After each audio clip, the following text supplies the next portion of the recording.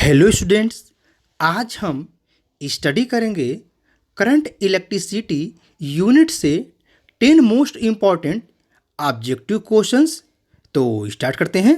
Question number 1, in metals the electric conduction is due to which particles? A electron, B proton, C ion, D all of these. Option A is the correct option, electron. तो जो metals होते हैं उसमें electric current का जो कंडक्शंस होता है वो किसके द्वारा होता है? तो बाई इलेक्ट्रॉन। वो क्या होता है? इलेक्ट्रॉन के द्वारा होता है। हाँ, अगर क्वेश्चन को थोड़ा सा चेंज कर दिया जाए, यहाँ पर इन मेटल के प्लेस में इलेक्ट्रोलाइट वर्ड यूज कर दे या इलेक्ट्रोकेमिकल सेल कह दे, तो वहाँ पर ये ऑप्शंस इलेक्ट्रॉन नहीं रहेगा, वहाँ पर क्या हो जाएगा? आयन हो जाएगा। तो जो इलेक्ट्रोकेमिकल सेल होते हैं या इलेक्ट्रोलाइट्स होती हैं, वहाँ पर इलेक्ट्रिक जो करंट होती है, करंट का जो फ्लो होता है, चार्ज का फ्लो होता है या करंट का कंडक्शंस होता है, वो बाई आयंस होता है। एंड अगर यहाँ पर क्या करें, इन मेटल्स के प्लेस पर हम क्या करें?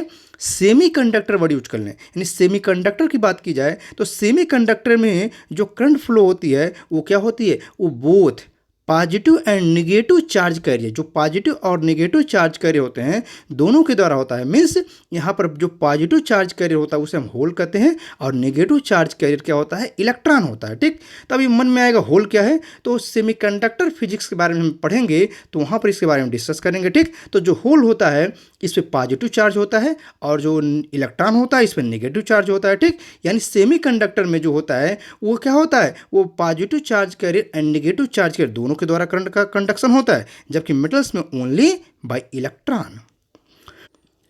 Question number 2, which of the material is the best conductor of electricity? A copper, B gold, C platinum, D silver. Option D is the correct option, silver. तो जो हमारे पास जितने भी मेटल्स होते हैं, जितने भी मटेरियल्स होते हैं, silver is the best conductor. क्या है? Silver is the best conductor for current, या करंट का जो कंडक्शंस होते हैं या करंट जो फ्लो होती है उसके लिए क्या है? बेस्ट मटेरियल हमारे पास सिल्वर है। Question number 3, physical quantity equivalent to friction is? A resistance, B potential, C charge, D current. Option A is the correct option, resistance. तो रेजिस्टेंस जो होता है वो क्या होता है? फ्रिक्शन के इक्विवेलेंट होता है। तो जैसा हम जानते हैं फ्रिक्शन होता क्या है, तो फ्रिक्शन के बारे में हम लोग स्टडी करते हैं मैकेनिक्स में। मैकेनिक्स में हमने स्टडी किया था जब टू बॉडीज क्या होते हैं? रिलेटिव मोशंस करते हैं, वहाँ पर एक अपोजिंग फोर्स प्रोड्यूस होती है and that opposing force is called the friction. Similarly जो रेजिस्टेंस होता है क्या होता है? ये भी प्रॉपर्टी ऑफ मटेरियल्स ही होता है। जब किसी मटेरियल्स में जब चार्ज फ्लो करते हैं तो जो चार्ज को फ्लो को ऑब्स्ट्रक्शंस मिलते हैं, जो चार्ज फ्लो को अवरोध मिलते हैं, ये कैसे होता है? तो मटेरियल की प्रॉपर्टी होती है जो क्या करता है? उसे ऑब्स्ट्रक्ट करता है, अवरोध उत्पन्न करता है। तो हम क्या देख रहे हैं? दोनों में बहुत सिमिलरिटी है। फ्रिक्शन जो है वो मैकेनिक्स में है और जो रेजिस्टेंस है ये करंट इलेक्ट्रिसिटी में मिलता है। ठीक, यानी क्या है? जो हमारे पास फ्रिक्शन है ये रेजिस्टेंस के इक्विवेलेंट है। Question number 4, electric current originates from which part of an atom? A nucleus, B entire atom acting as a unit, C positively charged protons, D negatively charged electrons.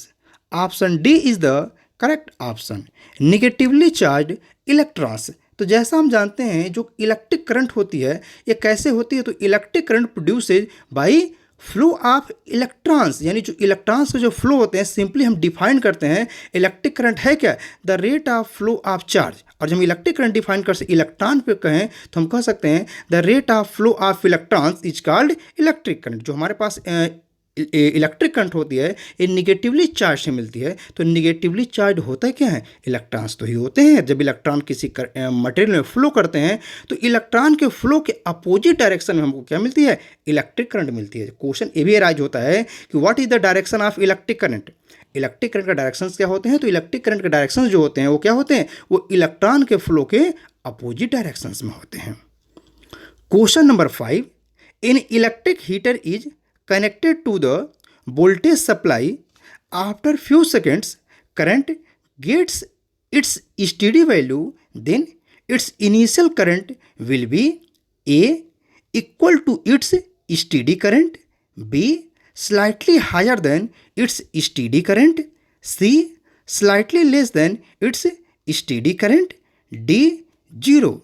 Option B is the correct option, slightly higher than its steady current. Question number 6. Ohm's law is valid when the temperature of conductor is A constant, B varying, C very low, D very high. Option A is the correct option, constant. अगर हमारे पास क्या किसी conductor का temperature constant हो तभी ohms law valid होता है, otherwise ohms law valid नहीं होगा। जैसा हम जानते हैं according to the definition of Ohm's law at constant physical conditions, तो यहाँ जो फिजिकल कंडीशंस होते हैं उसमें होता क्या है, तो फिजिकल कंडीशन मेनली टेम्परेचर ही होता है।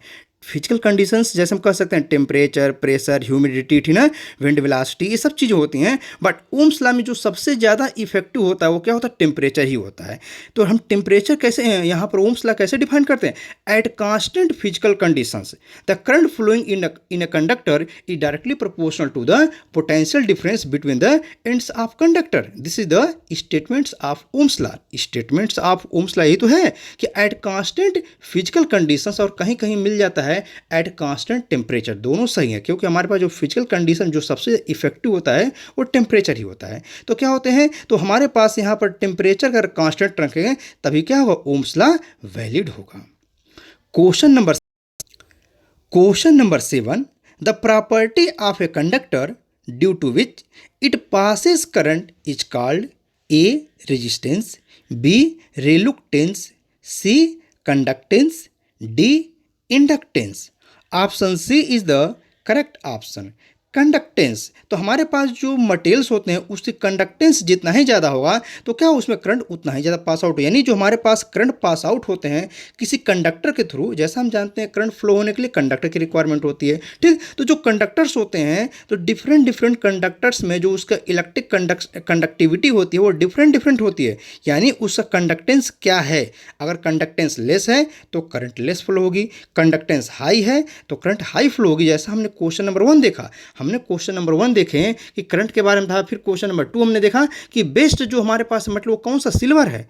हम कॉपर भी हैं, प्लेटिनम भी है, गोल्ड भी है, बट जो करंट की कंडक्टिविटी होती है वो क्या होती है, हमारे पास यहाँ जो कंडक्टेंस मिलता है वो सिल्वर का मैक्सिमम मिलता है।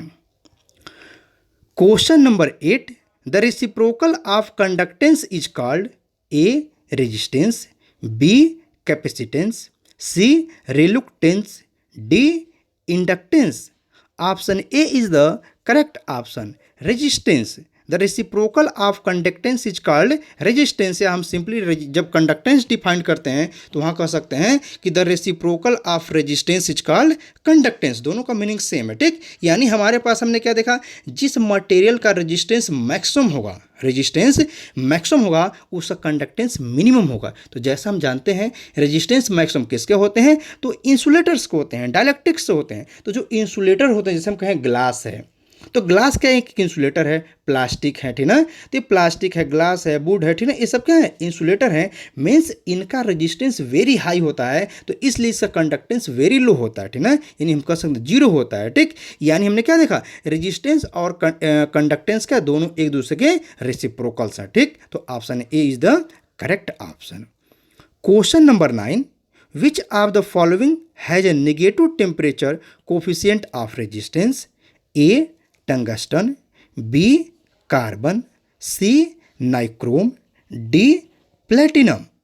Option B is the correct option, carbon. तो जो कार्बन होता है ये एक्चुअल में होता क्या है, तो सेमीकंडक्टर है। तो जैसा हम जानते हैं जो टेम्परेचर हमारे पास कोफिशिएंट होते हैं, टेम्परेचर कोफिशिएंट ऑफ रेजिस्टेंस होते हैं, वो मेटल्स या कंडक्टर के हैं, वो कंडक्टर के लिए क्या होते हैं, पॉजिटिव होते हैं, और सेमीकंडक्टर और इंसुलेटर के लिए निगेटिव होते हैं। इसका मीनिंग क्या हुआ, तो मीनिंग ये हुआ कि अगर कंडक्टर को हम हीट करेंगे तो उसके पास जो कोफिशिएंट है वो क्या होगा, वो पॉजिटिव है तो इंक्रीज करेगा, मीन्स रेजिस्टेंस इंक्रीज करेगा। यही कारण है जब कोई कंडक्टर में करंट फ्लो होती है तो क्या होता है, वो जब हीट होता है तो उसमें कंडक्शन डिक्रीज कर जाता है क्योंकि उसका रेजिस्टेंस बढ़ जाता है। जबकि अगर हम क्या करें, नॉन मेटल का यूज करें या सेमीकंडक्टर का यूज करें, हाँ सॉरी नॉन मेटल ना कहें, हम इंसुलेटर कहें, इंसुलेटर या सेमीकंडक्टर मटेरियल में अगर करंट फ्लो होती है तो फिर क्या होता है, अगर वो करंट फ्लो होती है तो हीटिंग इफेक्ट मिलता है, और हीटिंग इफेक्ट मिलने से क्या होता है,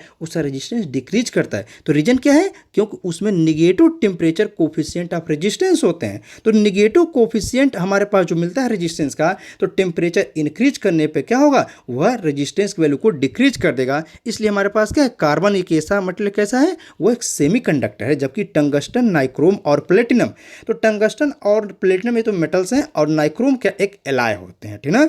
तो option B is the correct. Question number 10, a wire of resistance 40 ohm is stretched to double its length, its new resistance is A 20 ohm, B 80 ohm, C 160 ohm, D 320 Om.